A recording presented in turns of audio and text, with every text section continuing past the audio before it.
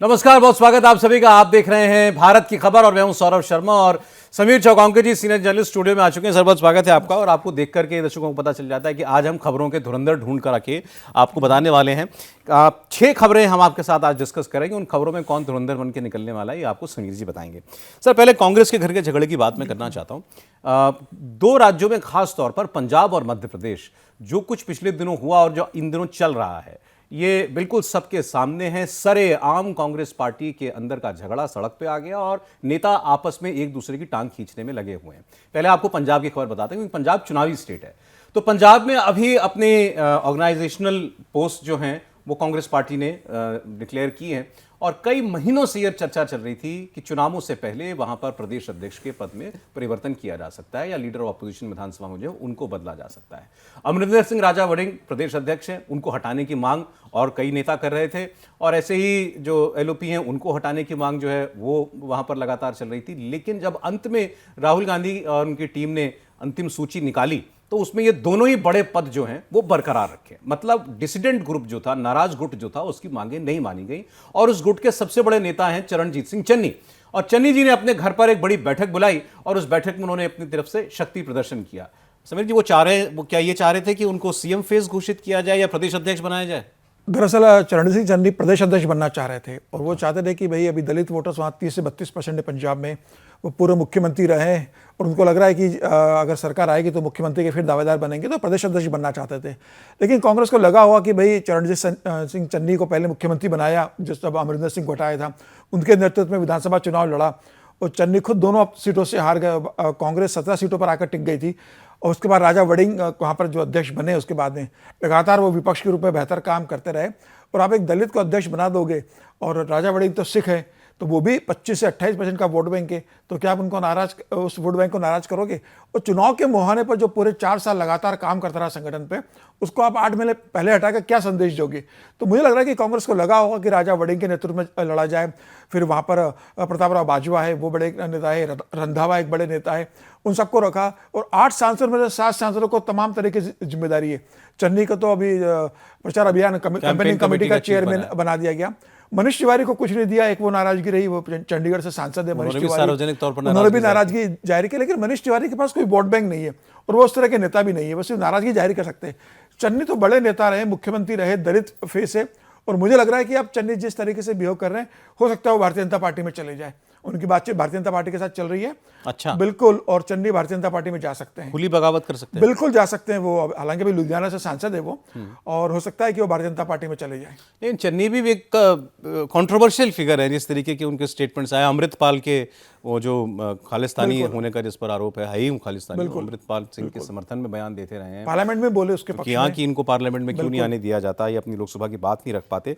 तो चरणजीत सिंह चन्नी को लेकिन जो पोस्ट दी गई है उससे ये तो पता चलता है कि पार्टी उनको नाराज भी नहीं करना चाहती थी, लेकिन उनकी मनमानी नहीं चली एक तरीके से, ये कह लें। हाँ बिल्कुल, वो जो चाहते थे वो नहीं हुआ और वो पार्टी में दबाव बना रहे थे, शक्ति प्रदर्शन की बात कर रहे थे। तो मुझे लगता है कि पार्टी ने तय किया होगा कि भाई हमें तो अब राजा वड़िंग के नेतृत्व में चुनाव जट सिख वर्सेस दलित का मामला हो गया। दोनों का वोट बैंक है वहां पर, 32 से 35% दलित है और 22 से 27% के बीच में सिख जट है।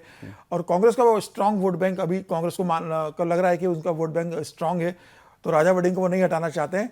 चन्नी को मनाने की कोशिश जारी है, लेकिन अगर चन्नी विद्रोह करते तो मुझे लगता है भारतीय जनता पार्टी में जा सकते हैं, उनकी बातचीत चल रही है। बीजेपी अभी भी नेताओं की खोज में है पंजाब में बिल्कुल है। और सिर्फ वहीं नहीं, आम आदमी पार्टी में भी बड़ा झटका लग सकता है। अभी जो पूरा मामला हुआ है, जिस तरीके से जो अभी अकाल तख्त में सब सारे विधायक पेश हुए थे, उसके बाद से जिस तरीके से पार्टी में हुआ है, तो आम आदमी पार्टी के सांसद जरूर गए राज्यसभा के, विधानसभा में भी बड़ी टूट आम आदमी पार्टी की हो सकती है। कांग्रेस से कुछ लीडर जा सकते हैं। अब भारतीय जनता पार्टी का पूरा ध्यान पंजाब की तरफ है, क्योंकि अकेला पंजाब राज्य जहां भारतीय जनता पार्टी कुछ बेहतर नहीं कर सके अभी तमाम प्रयासों के बाद भी। अब मुझे लग रहा है कि बंगाल जीतने के बाद उनको लगा कि अब पंजाब को भी फतेह करना है और 8-10 महीने का समय, तो 8-10 से भारतीय जनता पार्टी वहाँ बहुत तैयारी करेगी। लेकिन सबसे ज़्यादा कांग्रेस के लिए जो है, जो सोचने वाली बात यह है कि ऐसे राज्यों में भी है, वैसे बहुत कम राज्य हैं जहाँ पर फ्रंट रनर आप किसी चुनाव में कांग्रेस पार्टी को माने। अब यहाँ तो मल्टी कॉर्नर फाइट होगी पंजाब के अंदर, तो किसी भी दल की जो है वो आप कह सकते हैं कि गाड़ी आगे निकल सकती है, लेकिन फ्रंट रनर वहाँ पर अभी भी कांग्रेस पार्टी को माना जा रहा है। आम आदमी पार्टी ने अपनी एंटी इनकम्बेंसी को थोड़ा कम करने के लिए, जैसे उनकी जो नाराज़गियाँ चल रही हैं अकाल तख्त से जो के साथ जो बातें चल रही हैं, या बाय एंड लार्ज 5 साल में उतने वादे पूरे नहीं कर पाई सरकार, ये भी ठीक है। आखिरी मोमेंट पर वो जो महिलाओं के खातों में पैसे डालने का 2 जो महीने फैसला का भी किया, एक पैसा अभी 9 दिया महीने है। का समय है उसके अंदर। हालांकि ये काम उन्होंने चुनावी वर्ष में किया, 4 साल के बाद ये काम, जबकि उनके घोषणा पत्र में था पिछले चुनाव में। लेकिन इसका फायदा कुछ होगा, कुछ एंटी इनकम्बेंसी कम होगी? नहीं, मुझे नहीं लगता इसका बहुत फायदा होगा। अगर आप पूरे 4 साल देते रहते या पुराना बैकलॉग इकट्ठा दे देते तो भी समझ में आता। तो जिस तरीके से उन्होंने दिया है, मुझे लगता है इसका बहुत असर नहीं होने वाला है। लेकिन कोशिश है उनकी इस तरीके से करने की। सबसे बड़ी चुनौती तो अकाल तख्त वाला मामला आम आदमी पार्टी का रहेगा। जिस तरीके से धार्मिक संस्था सर्वोच्च बॉडी है, तो सिख सेंटिमेंट बहुत ज़्यादा है उस पंजाब के अंदर। अगर अकाल तख्त के साथ अगर आम आदमी पार्टी का मतभेद रहा, झगड़ा बढ़ता रहा, आने वाले दिनों में अकाल तख्त क्या फैसला लेता है, मुख्यमंत्री खुद आरोप के अंदर है भी है भगवंत मान, उनको लेकर क्या फैसला होता है, अगर ये विवाद बना रहा तो आम आदमी पार्टी के लिए बहुत मुश्किल होगा। कि आम आदमी पार्टी के लिए बड़ा वोट बैंक उस समय था। तो कांग्रेस के लिए इस समय बहुत अच्छी अपॉर्चुनिटी थी सत्ता में लौटने की, वापसी करने के लिए। अकाली दल पूरी तरीके से खत्म हो चुका है, बीजेपी का कोई बहुत बड़ा ग्राउंड वहां पर है नहीं, और कांग्रेस को लग रहा था कि इस मामले में हम एक लीड ले सकते हैं। लेकिन कांग्रेस के अंदर जिस तरीके से उन्होंने टीम डिक्लेयर की और कांग्रेस में लड़ाई शुरू हो गई है, तो कांग्रेस मुझे लगता है कि इस मामले को जिस तरीके से अपने लिए इस्तेमाल करना था उससे पिछड़ती नजर आ रही है। तो यहाँ कौन है सर धुरंधर? चन्नी चन्नी नजर आ रहा है इस समय तो वहां पर, जिस तरीके से उन्होंने मतलब मोर्चा खोल दिया है कि कांग्रेस नेतृत्व के खिलाफ। तो फिलहाल तो वो धुरंधर पंजाब के वही बन के आ रहे हैं। चलिए ठीक है। अब अगला प्रदेश जहां से बड़ी इंटरेस्टिंग खबरें आ रही हैं वो है मध्य प्रदेश। मध्य प्रदेश में भी ये खबरें कांग्रेस पार्टी ही दे रही है, और वैसे तो वहां पर ऐसा नहीं कि बीजेपी के लिए परेशानियां नहीं है, जिस किस्म के आरोप वगैरह पीछे अभी मुख्यमंत्री के ऊपर डायरेक्ट भ्रष्टाचार के लगे। लेकिन उसके बाद जो प्रकरण हुआ वो आपने देखा होगा कि कांग्रेस पार्टी ने मुख्यमंत्री के खिलाफ 500 करोड़ रुपए की सरकारी संपत्ति या सरकारी अनुदान जो है वो एक रुपए में एक ट्रस्ट को देने का आरोप लगाया और भ्रष्टाचार का आरोप लगाया। प्रदेश अध्यक्ष ने दिल्ली में आकर के आरोप लगाया, जीतू पटवारी ने। लेकिन मुख्यमंत्री और सरकार के बचाव में दिग्विजय सिंह ने एक प्रेस कॉन्फ्रेंस की और कहा कि इसमें कुछ गलत नहीं हुआ है। अब दिग्विजय सिंह ऐसा क्यों कर रहे हैं, अपनी ही पार्टी के खिलाफ क्यों जा रहे हैं? आरोप तो यह कि उन्होंने दलाल शब्द इस्तेमाल कर दिया उन लोगों के लिए जिन्होंने यह आरोप लगाया, भला वो अपनी ही पार्टी के लोगों के लिए, और यह मामला अब दिल्ली पहुंच चुका है। क्या चल रहा है मध्य प्रदेश कांग्रेस में सर? नहीं, बहुत दुर्भाग्यपूर्ण रहा और बहुत गंभीर मामला है। दिग्विजय सिंह से जो उम्मीद नहीं थी कांग्रेस हाईकमान को और कांग्रेस के स्थानीय लीडर्स को, इस मामले में दिग्विजय सिंह का कोई कंसर्न भी नहीं था। न उनके परिवार से जुड़ा मामला था, न उनके क्षेत्र का मामला था, न उनके सरकार के समय किसी फैसला इससे प्रभावित होने वाला मामला था। ये सीधा सीधा एक जीतू पटवारी ने जो आरोप लगाया था, ये बात ठीक है कि जो दिग्विजय सिंह ने कहा कि वो सरकारी को जमीन ट्रस्ट को दी गई है और वो उसके चेयरमैन तो मुख्यमंत्री ही होते हैं, मैं भी उसका मुख्यमंत्री रहा हूँ, कमलनाथ भी उसके रहे, और वो वैसे भी संस्कृति मंत्रालय को जमीन दी गई है।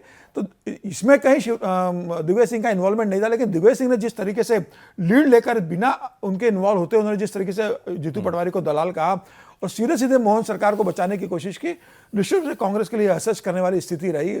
और मुझे लगता है कि इसकी शिकायत ऊपर लेवल पर हुई है। तमाम कांग्रेस के लीडर्स दिग्विजय के खिलाफ इकट्ठे हो गए। कमलनाथ ने जरूर इस मामले में चुप्पी साध दी है, लेकिन जो प्रभारी है मध्य प्रदेश कांग्रेस के हरीश चौधरी, उन्होंने भी नाराजगी जाहिर की है। मल्लिकार्जुन खड़गे नाराज है, उन्होंने दिग्विजय सिंह से बात की है। राहुल गांधी पहली बार दिग्विजय सिंह से इस मामले को लेकर बहुत खफा बताए जा रहे हैं। अब दिग्विजय सिंह के संग क्या होता है? क्या दिग्विजय सिंह पर अनुशासनात्मक कार्रवाई होगी? क्या दिग्विजय सिंह को कारण नोटिस दिया जाएगा? महाराष्ट्र मध्य प्रदेश की राजनीति मुझे लगता है अभी और जटिल होने वाली है, लड़ाई और आगे बढ़ेगी। शायद कहा जा रहा है कि दिग्विजय सिंह को अपने बेटे का, जो जयवर्धन सिंह है उनके बेटे जो विधायक है, उनको भविष्य की राजनीति को लेकर कांग्रेस में कोई बड़ी पद देना चाहते थे, जो इस संगठन में उनको नहीं मिला। तो उनके अपने बेटे को लेकर राजनीति है, उनके कुछ जमीनों का इश्यू है वहां पर। पुत्र मोह में वो कर रहे हैं, लेकिन समझ में नहीं आ रहा इससे दिग्विजय सिंह क्या हासिल हो गया अपनी पार्टी के खिलाफ? वो चाहते तो चले, उनकी बात अगर सही भी है जो समीर जी कह रहे हैं कि लबकि वो सरकारी ट्रस्ट ही है और संस्कृति मंत्रालय को जमीन दी गई, अगर वो बात ठीक भी है तो भी कहने का तरीका, जिस तरीके से उन्होंने प्रेस कॉन्फ्रेंस सार्वजनिक तौर पर की, प्रेस कॉन्फ्रेंस, अपनी पार्टी को गलत बताया और दलाल शब्द का इस्तेमाल किया, जो कहा जा रहा है सीधे जीतू पटवारी के लिए कहा। और दिग्विजय सिंह को अगर लगता है कि ये बात कहनी थी तो आप जीतू पटवारी से कहते कि ये मामला है, आप पीछे लेके इस मामले को क्लैरिफिकेशन दे दो। अगर नहीं भी देते तो दिग्विजय सिंह का तो कोई रोल नहीं था। मुझे लगता है कि कुछ स्थानीय पॉलिटिक्स होगी, राज्यसभा नहीं भेजा गया। मीनाक्षी नटराजन को जिस तरीके से राज्यसभा केंद्रीय नेतृत्व ने तय किया, उसके बाद उसका पर्चा खारिज हुआ, वो राजनीति। इस तरीके से जो दूसरा आरोप लगा, उसकी जमीन का आरोप लगा 500 करोड़ रुपए की जमीन का, उस पर दिग्विजय सिंह का बयान आना, मुझे लग रहा है कहीं ना कहीं आपस में लिंक करते हैं। मीनाक्षी नटराजन का पर्चा खारिज होना, उसमें भी तो कांग्रेस के सीनियर इन्हीं नेताओं के ऊपर इन्होंने बीजेपी को टिप दिया। बिल्कुल, इन्होंने दिया। तो ये कहीं ना कहीं मामला जोड़ रहा है। कांग्रेस को कैसे लेती है भविष्य की राजनीति को लेकर, मुझे लगता है कांग्रेस के लिए एक बड़ी चुनौती होगी दिग्विजय सिंह से निपटना। इस समय जिस तरह के जीतू पटवारी जमीन स्तर पर काम कर रहे हैं, बहुत बेहतर मेहनत कर रहे हैं वो। अगर उनकी इसी मेहनत को हवा अगर दिग्विजय सिंह निकालते रहेंगे तो कांग्रेस के लिए आने वाला चुनाव और बहुत लंबा समय नहीं है। 2028 में तो विधानसभा चुनाव है वहां पर। तो कौन है सर धुरंधर? दिग्विजय सिंह पार्टी का खेल बिगाड़कर धुरंधर बनेंगे या जीतू पटवारी अपनी बात मनवा लेंगे और इनके खिलाफ कार्रवाई करवाएंगे राहुल गांधी? देखिए, फिलहाल तो दिग्विजय सिंह ने पार्टी का खेल बनकर वहां पर धुरंधर बने, लेकिन जीतू पटवारी भी हथियार नहीं डालेंगे। आने वाले समय में महाराष्ट्र की राजनीति से और खबर ये निकलेगी। खुली अदावत है दोनों के बीच में। अब ये खुली हो गई है, जिस तरीके से आरोप लगा अब ये खुली होगा। और अब ये जीतू पटवारी बनाम दिग्विजय सिंह नहीं है, अब ये कांग्रेस बनाम दिग्विजय सिंह में हो गया है। महाराष्ट्र की खबर आपको बताते हैं। महाराष्ट्र में शिवसेना यूबीटी उद्धव ठाकरे की पार्टी दूसरी बार टूटी। उसके बाद उनके एक एमएलसी हैं सचिन अहीर, वो छोड़ करके, और आदित्य ठाकरे के बड़े करीबी थे, वो भी एकनाथ शिंदे की पार्टी में चले गए। उसके बाद अब चर्चाएं चल रही हैं कि क्या शरद पवार की पार्टी भी टूटेगी, या अपनी पार्टी को टूट से बचाने के लिए शरद पवार कोई प्रिएम्प्टिव कदम उठाते हुए या तो कांग्रेस पार्टी में अपनी पार्टी का विलय कर देंगे या वो एनडीए के साथ जाने का फैसला करेंगे। दोनों बातें चल रही हैं। तो अब वैसे भी महाराष्ट्र की राजनीति के सबसे ज़्यादा अबूझ नेता के तौर पर देखा जाता है शरद पवार को। तो ये तो बड़ी चुनौती है आपके सामने कि ये बताइए कि वो क्या सोच रहे हैं। देखिए, शरद पवार मुझे लग रहा है कि इस समय इंडिया की तरफ झुकने की स्थिति उनकी ज़्यादा नजर आ रही है, क्योंकि उनको समझ में आ रहा है कि अब उनके सामने अपनी पार्टी को बचाना है, पार्टी के सांसदों को बचाना है, और सबसे बड़ा सवाल उनके सामने अपने बेटी के भविष्य को लेकर है, सुप्रिया सुले को लेकर। सुप्रिया सुले जिस तरीके से 2024 के लोकसभा चुनाव में बारामती से उन्होंने सुनीता पवार को वहां पर हराया था, अब सुनीता पवार उप मुख्यमंत्री है, सत्ता के अंदर है, उनका बड़ा बेटा भी अब राज्यसभा का सांसद बन गया है। तो शरद पवार को लग रहा होगा कि कांग्रेस के पास सत्ता में देने के लिए कुछ नहीं है। प्रदेश में 2030 के अंदर विधानसभा चुनाव होंगे, उसमें लौट के आने की संभावना बहुत कम है। केंद्र में 2029 में चुनाव है, उसमें भी कांग्रेस के लौट के आने की संभावना कम है। तो भविष्य में अभी कांग्रेस शरद पवार को सत्ता के रूप में कुछ दे नहीं सकती। तो उन्हें लग रहा होगा कि बेटे का भविष्य सिर्फ सांसद बना के तो स्थिर नहीं होगा। और बारामती से आज की तारीख में शरद पवार को ये लग रहा होगा कि भारतीय जनता पार्टी, सुनीता पवार, एकनाथ शिंदे मिलकर अगर सुप्रिया सुले के खिलाफ बारामती से अगर कैंडिडेट उतारते तो सुप्रिया को अगला चुनाव जिताना भी बहुत मुश्किल होगा। तो मुझे लगता है कि बेटी के भविष्य के लिए वो अभी रास्ता ढूंढ रहे हैं, और उन्हें सबसे बेहतर विकल्प मुझे लगता है कि एनडीए नजर आ रहा होगा। अब एनडीए में वो कैसे आते हैं, क्या वो सुप्रिया सुले को दिल्ली में कैबिनेट मंत्री बनवाते हैं, या प्रदेश में कोई उनकी भूमिका तय होती है, या प्रदेश संगठन में उनकी भूमिका तय होती है। दिल्ली में मंत्रिमंडल विस्तार होना बिल्कुल होने वाला। और मुझे लग रहा है कि अभी मोदी जी का मंत्रिमंडल विस्तार इसलिए भी रुका हुआ है कि अभी ये सब सारी चीजें हो जाएंगी सेटल, उसके बाद मंत्रिमंडल विस्तार होगा कि किसको मंत्रिमंडल में लेना है, किसको बाहर करना है, सहयोगी दलों से कौन नए लोग आ रहे हैं उनको जोड़ना है। तो इसलिए भी मुझे लगता है कि मंत्रिमंडल विस्तार अभी उनके जो 8 लोकसभा सांसद और 10 विधायक हैं, बताया जाता है कि उनके बीच में भी विभाजन है। हाँ, उसमें से कई ऐसे विधायक हैं जो चाहते हैं कि भाई एनडीए के साथ जाए, सत्ता में जाए तो मंत्री बने, सुविधाएं मिले और पार्टी को फंड मिले विधायकों को। कुछ ऐसे विधायक हैं जो जानते हैं कि शरद पवार मतलब अगर एनडीए में जाएंगे तो वो चुनाव किसी स्थिति में नहीं जीतते। वहाँ मुस्लिम वोट बैंक ज़्यादा है, कांग्रेस मेंटेलिटी के लोग ज़्यादा है, तो बंटवारा भी बटा हुआ है। शरद पवार सबसे बात कर रहे हैं। मुझे लगता है कि आने वाले कुछ दिनों में शरद पवार तय कर लेंगे कहाँ जाना है, और हो सकता है कि वो एनडीए के साथ चले जाएं।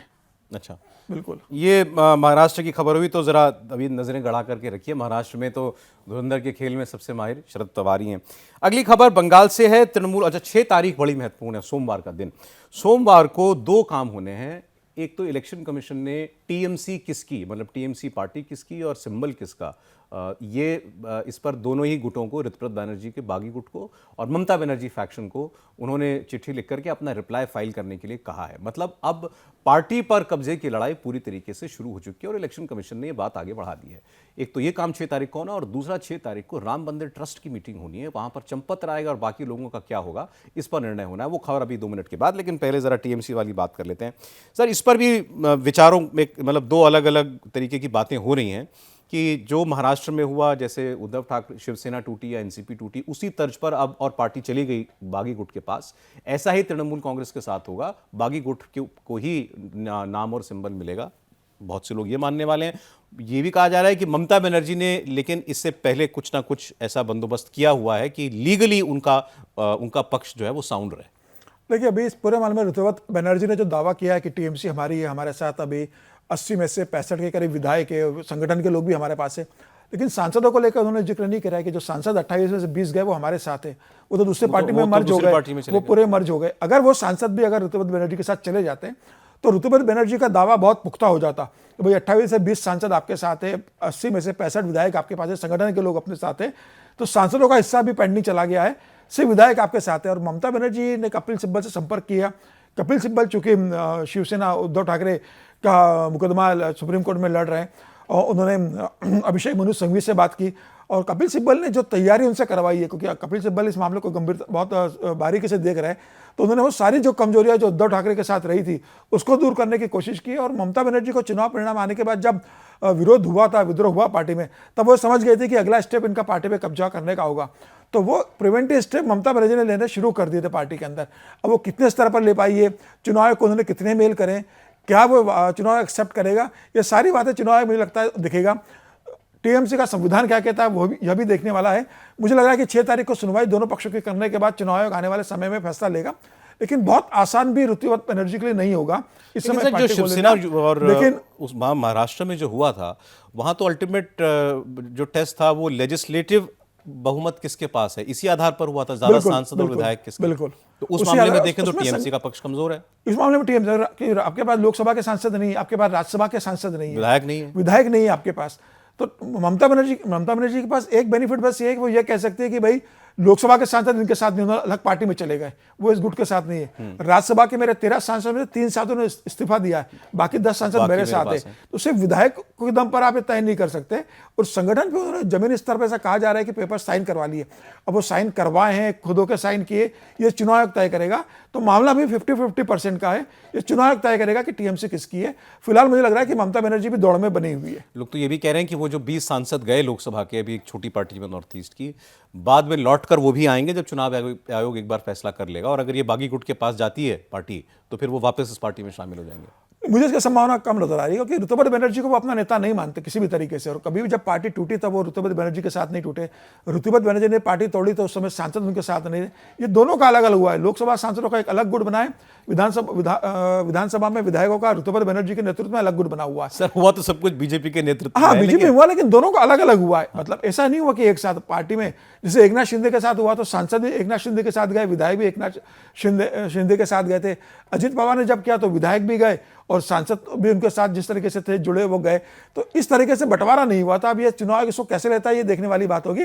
फिलहाल ममता बनर्जी के लिए बड़ी चुनौती है पार्टी को बचाना। अब ये चुनाव आयोग तय करेगा और ममता बनर्जी इसके आगे सुप्रीम कोर्ट जाएगी, जो भी फैसला होगा। अभी तक तो ऋतुपति बनर्जी धुरंधर निश्चित रूप से ऋतुपति बनर्जी सबसे बड़े खिलाड़ी और धुरंधर निकल कर नजर आ रहे हैं।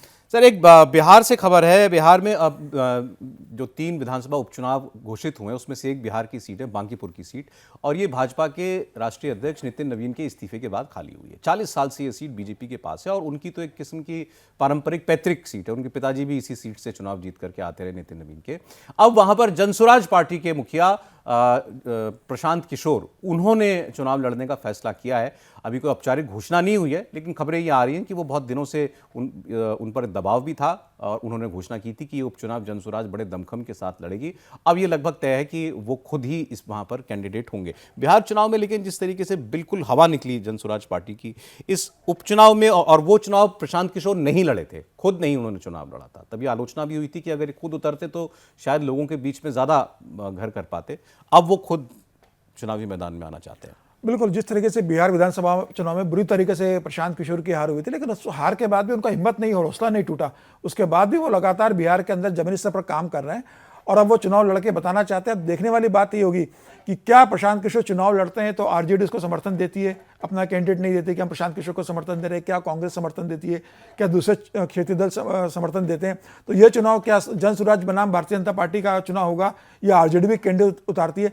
अगर सारा विपक्ष मिलकर समर्थन देता है जनसुराज को तो मुझे लग रहा है कि वो फाइट में आने की कोशिश करेंगे। और प्रशांत किशोर ने जिस दिन वो राज्यसभा गए थे नितिन नवीन, तभी से बांकीपुर का दौरा करना शुरू कर दिया। तो तय कर लिया था कि विधानसभा उपचुनाव होंगे और मुझे लगता है कि उसी समय से उनके दिमाग में था कि मैं चुनाव लड़ूंगा। जमीनी स्तर पर वो काम कर रहे हैं। अब ये सीट निश्चित रूप से भारतीय जनता पार्टी के राष्ट्रीय अध्यक्ष नितिन नवीन के लिए एक चुनौती होगी बड़े मार्जिन से जीतने की।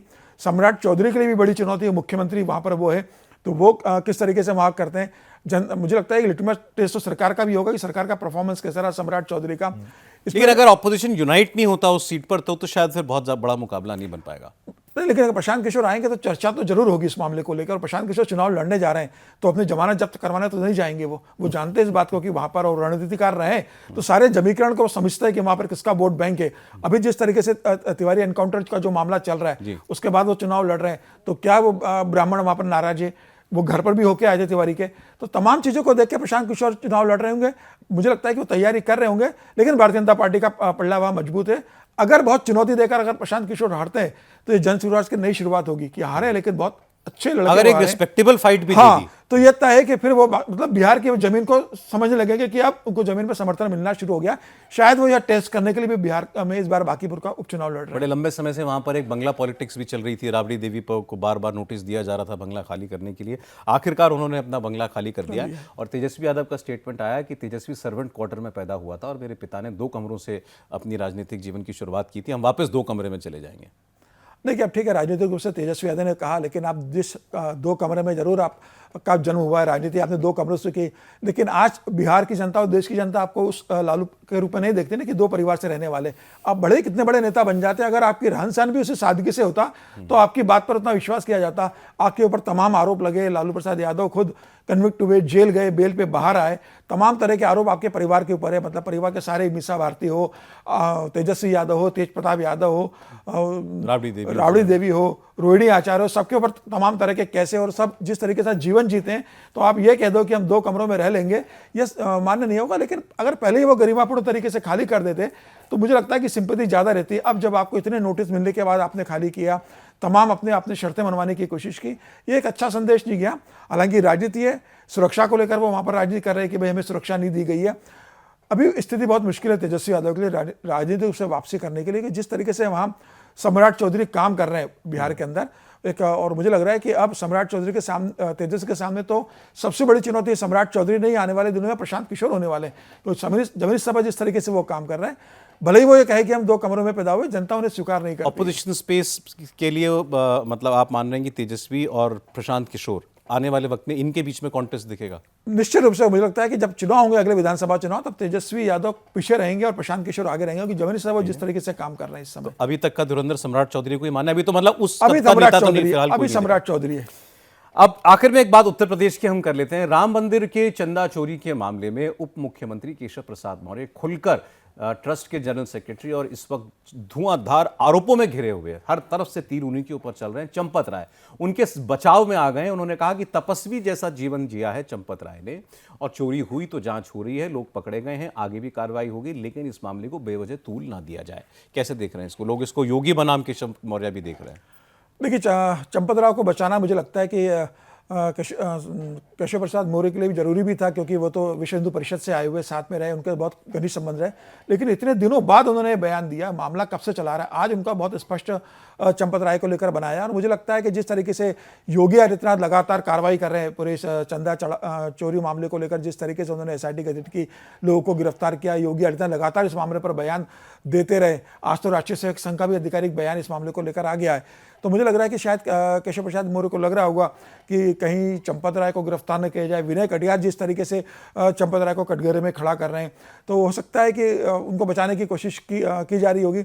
और इस पूरे मामले में योगी आदित्यनाथ जिस तरीके से एक योद्धा बनकर निकले, एक बड़े फिगर बन के निकले, कि उनको अखिलेश यादव ने घेरने की कोशिश की, तमाम लोगों ने योगी आदित्यनाथ को इस मामले में कटघरे में खड़ा करने की कोशिश की थी, लेकिन योगी ने जिस आक्रामकता के साथ इस मामले को हैंडल किया, पूरे मामले को लेकर, मुझे लग रहा है बहुत एक बेहतरीन उदाहरण है राजनीति का, कि सरकार के ऊपर इतना, मतलब केंद्र सरकार पे आरोप, ट्रस्ट के ऊपर इतना आरोप लगा, ट्रस्ट में हिंदू संगठनों से जुड़े लोग रहे, उसमें योगी आदित्यनाथ ने एक डिफेंसिव न होकर आक्रामकता से जिस तरीके से इस मामले को लिया और जनता को भरोसा दिया है कि भाई दूध का दूध पानी का पानी होगा, और जनता उत्तर प्रदेश की जिस तरीके से योगी आदित्यनाथ पर भरोसा करती है, तो मुझे लग रहा है कि उसके बाद शायद अब केशव प्रसाद को लग रहा होगा कि इस मामले में चंपत राय को बचाया जाए। कहीं ऐसा तो नहीं कि चंपत राय इस मामले में गिरफ्तार होंगे। तमाम खबरें चल रही कि चंपत राय से लगातार पूछताछ हो रही है और वो गिरफ्तार भी हो सकते हैं।